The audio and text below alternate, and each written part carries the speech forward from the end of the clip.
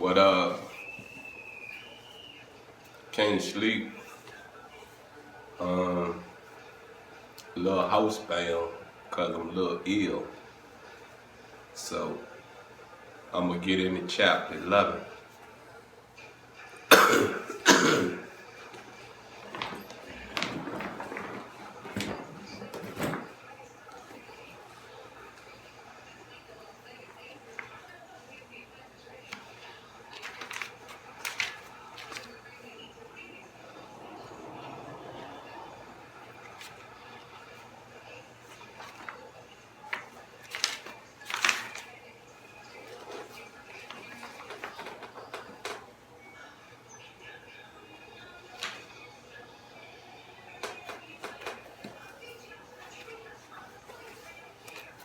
Alright.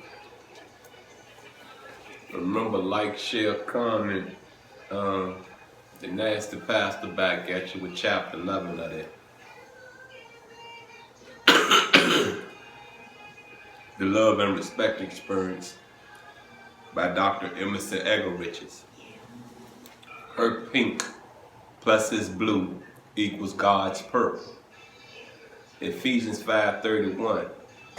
For this reason, a man will leave his father and mother and be united to his wife, and the two will become one flesh. You hear what they say in Ephesians? See,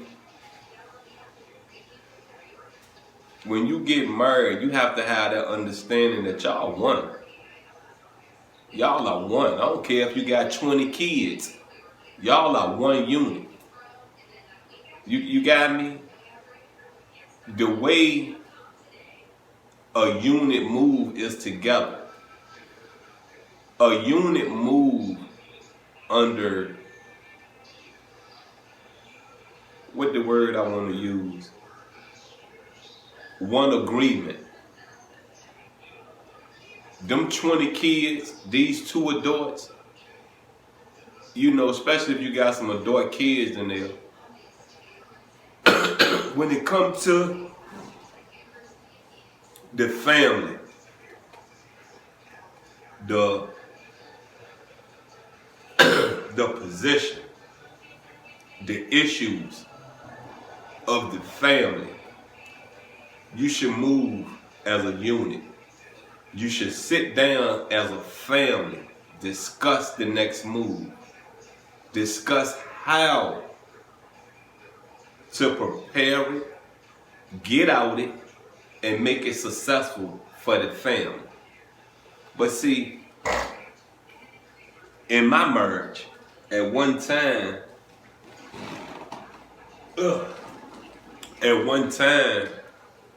we discussed a lot, made decisions together.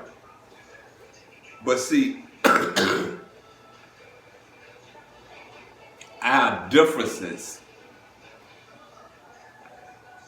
made each other. This my insight. This, you know what I mean? Matter of fact, let me say this. When she showed me one day that she couldn't think, she couldn't, how to put it, I couldn't depend on her. She lies. And you know, she talked too much. That when I started making decisions, you know what I mean? I started saying, okay, I'm not going to trust what she's saying. You got what I'm saying? I'm not going to put my hands in my life in your hands and let you control the outcome of my life. You're not controlling the outcome of your life very well, so why should I trust you with my life?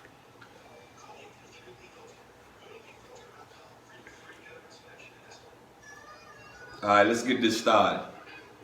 As I mentioned earlier, the analogy of pink and blue is one of the most remembered concepts we teach. For instance, before a conference ends, I remind couples that Genesis 1:27 states, "So God created man in his own image. In the image of God, he created him, male and female. He created them." So, to tell yourself you're not a god, you're not a goddess, and I'm going a little off because this is about marriage.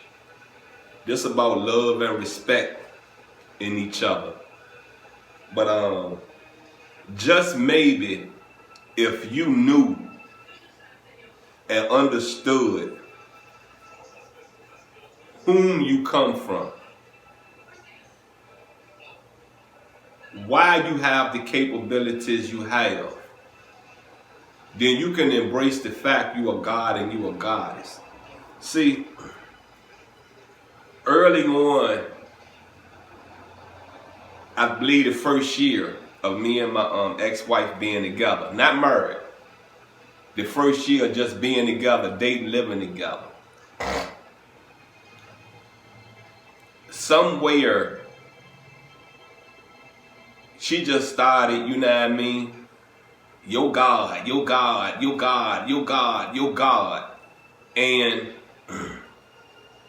it wasn't that I sat around her and tried to make it like whom I prayed to better than whom she prayed to, because both of us go up in a Baptist church. You understand what I'm saying? You got it. Now, I never exposed to her that I'm a Kimite. You know, to bring it up to modern day terms, I'm an Egyptian. You understand what I'm saying?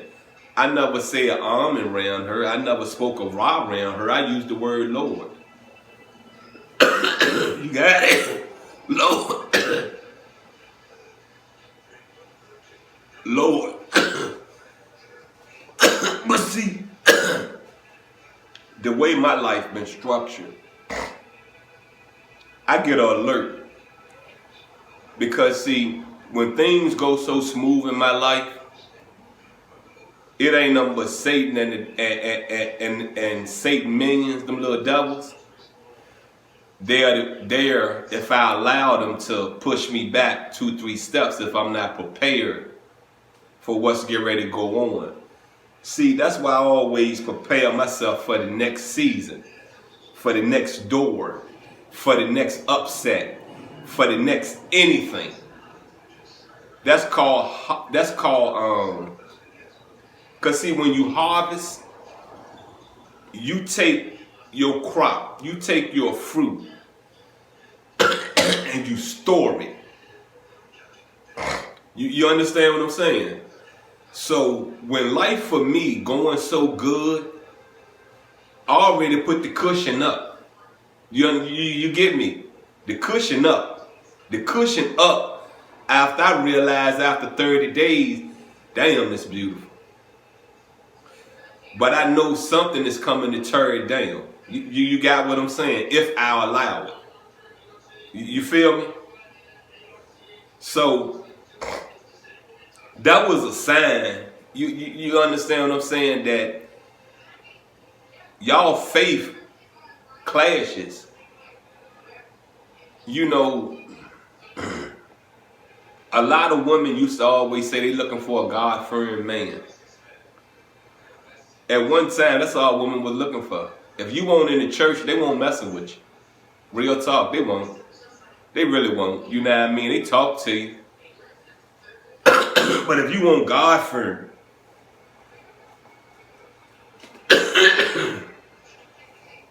you ain't going too far. You know what I mean? And then, you know, most women, if they gotta hold your hand, take you in the church, that the church they gonna leave you at, because they on their way to another church. You feel me? Can any of you men or any of you women testify to that and be honest with yourself that you have been took by the hand into a church that the person that took you in that church no longer was a member, no longer used their services? I get you. You know what I mean? Just think about it. Really think about it.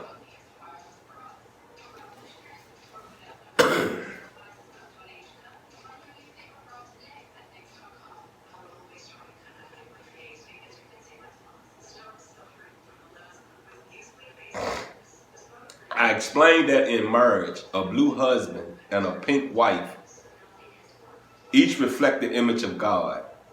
But I then take the analogy further and point out that when we blend pink and blue, we get purple, the color of royalty, the color of God. In other words, together, a wife and a husband reflect the royal image of God on earth. God is not pink. God is not blue. God is purple. When two become one, they have the potential of displaying God-like qualities in their marriage.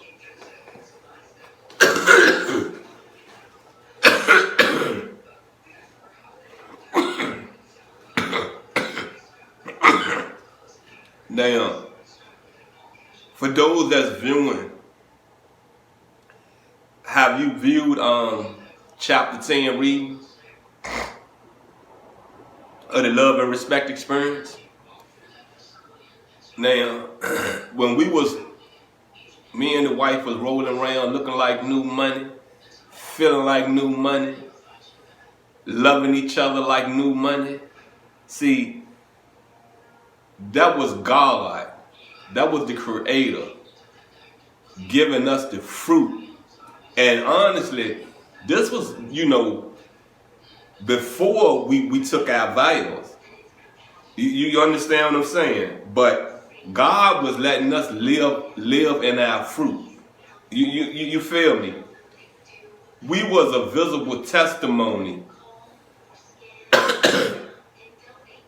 that this man and woman that came together, yeah, they got some bumps in the road. Yeah, they in a struggle, but they in this together. And it's fruitful. It ain't just fruitful for me. It's fruitful to the family. You understand me?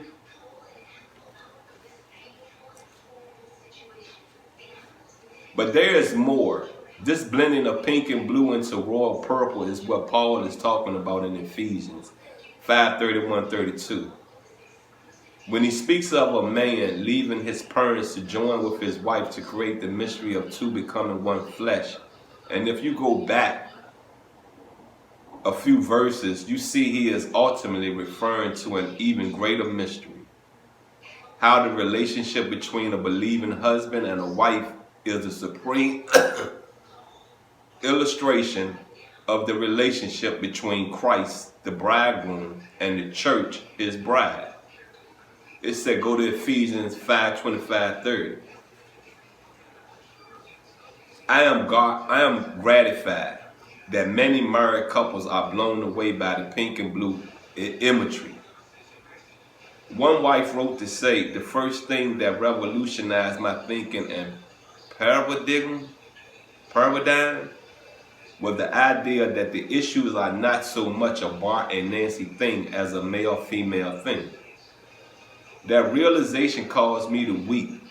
It freed me so much to know that our differences of pink and blue will become purple as Bart, and I surrender and depend upon the Lord as we work through our issues. Bingo, this lady gets it. I sometimes hear from spouses who wonder if two becoming one will rob them of their individual entities. My answer is that when two become one to mirror God's character, neither one loses individual identity.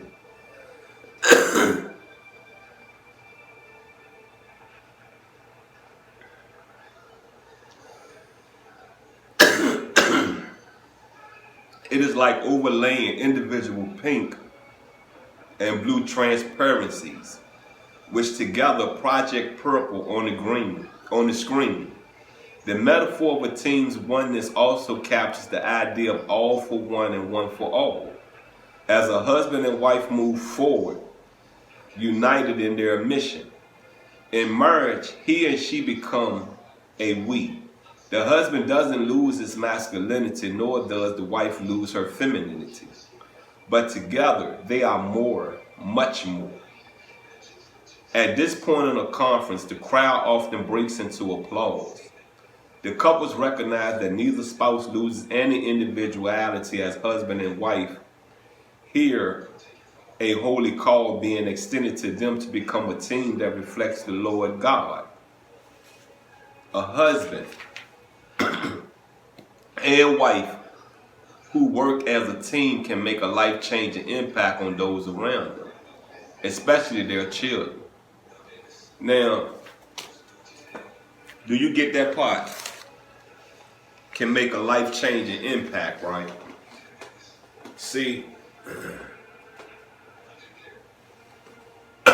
in our ending, I started understanding that the kids was already went through a messed up situation. So it was never right for me to bring my messed up thoughts and ways into their life. You got what I'm saying? So I've always tried to make sure they're good.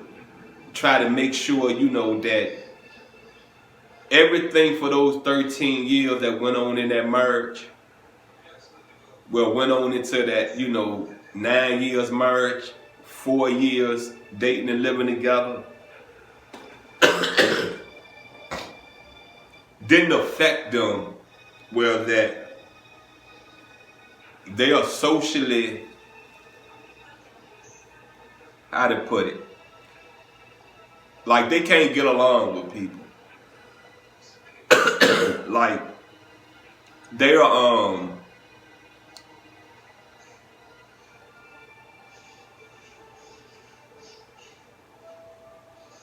you put them around their peers, they just can't function. You know what I mean? They're not good friends. They're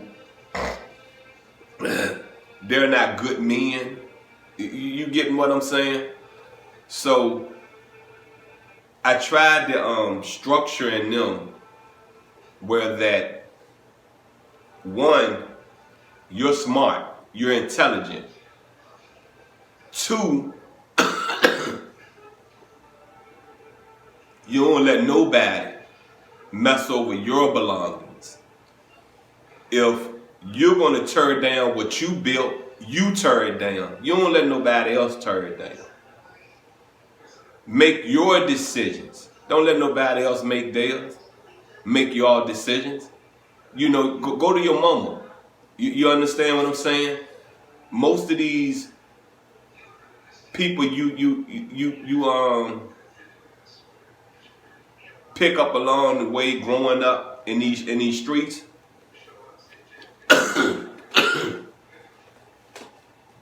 Some of them wise, not all of them. And made sure that, they knew how to talk to women.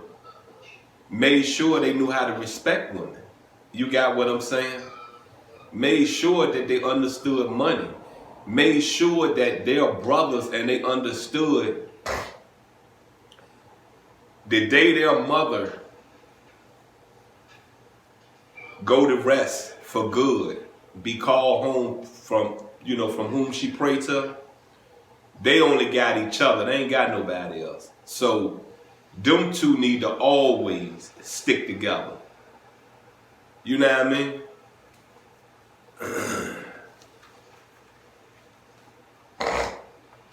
But the clincher to the entire pink plus blue equals purple discussion is in Ephesians 5:33.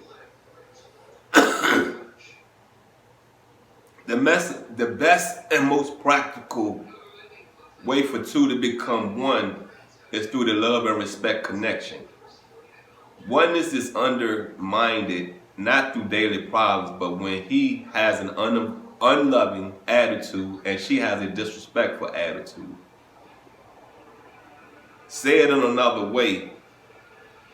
If a husband and wife agreed on every discussion, every decision, but she still felt unloved and he still felt disrespected, neither will feel one with the other.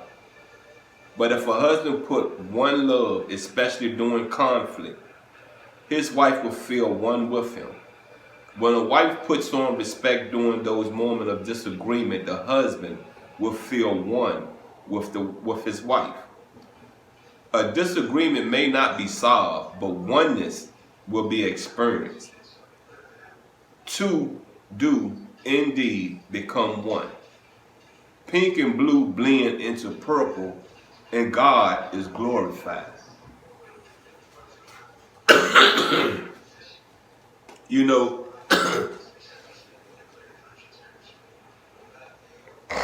everything we do, we are supposed to, in our walk, in our talk, is a way of glorifying whom we pray to. You know, the respect you have for people, the love you have for people. You know, how they say it, godly is the cleanliness. Let me put it my way, because I ain't gonna use it their way. You're supposed to keep your temple clean. Your body is your temple. So if God is everything pure, whom you pray to is everything pure, why do we put so much poison into our body? And see, your body comes from your head to your feet. So the things you see on TV could be toxic. And it sits in your brain. You got what I'm saying? Some of the things you engage in a conversation with can be toxic. That's poison. You know what I'm saying? It's still poison in your brain. Some of the food we eat, and getting on the food, you know, you may not be in Richmond, Virginia, but start really, especially us elders, if you 40, 50, 60, 70 years old, it's time for you to speak up and give our youth an understanding that the food tastes different.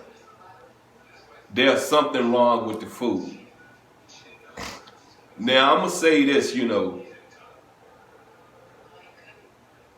if you 40, 50, 60, 70 black years old and you don't give a care about the youth, then the youth never going to give a care about you.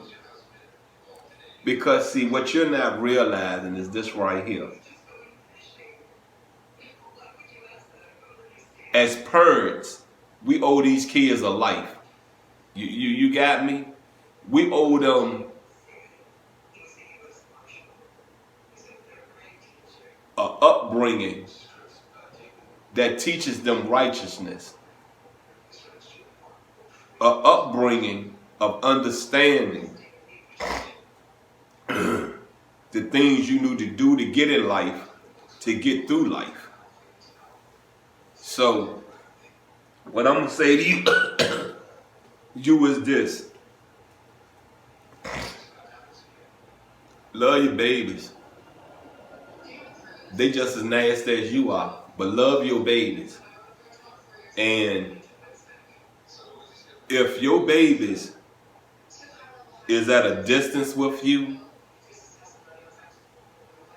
it's because you loved your babies, but you never gave the understanding of the discipline you was doing to your babies. You feel me? You understand what I'm saying? Because see, some of these punishments, some of these disciplines, you know, it's not explained to them. And they grow up trying to figure, why me? Why did my parents do this to me? You got me? And most kids, you know what I mean, they ain't asking. They ain't asking, you know what I mean? They sit around their buddies, get into a little pity party, and talk mess about their parents. And it's not right for the kids to do that. I don't agree with that. You feel me? But peep this. Love your babies. Point blank, because see, you raise these babies. You feel me? John, Paul, James, Sue, and Jack, they ain't raise your babies. You raise your babies like this. So fix it with your babies. You understand? Look, this the nasty pastor. I'm out. I love you. Remember, like, share, comment. Hey.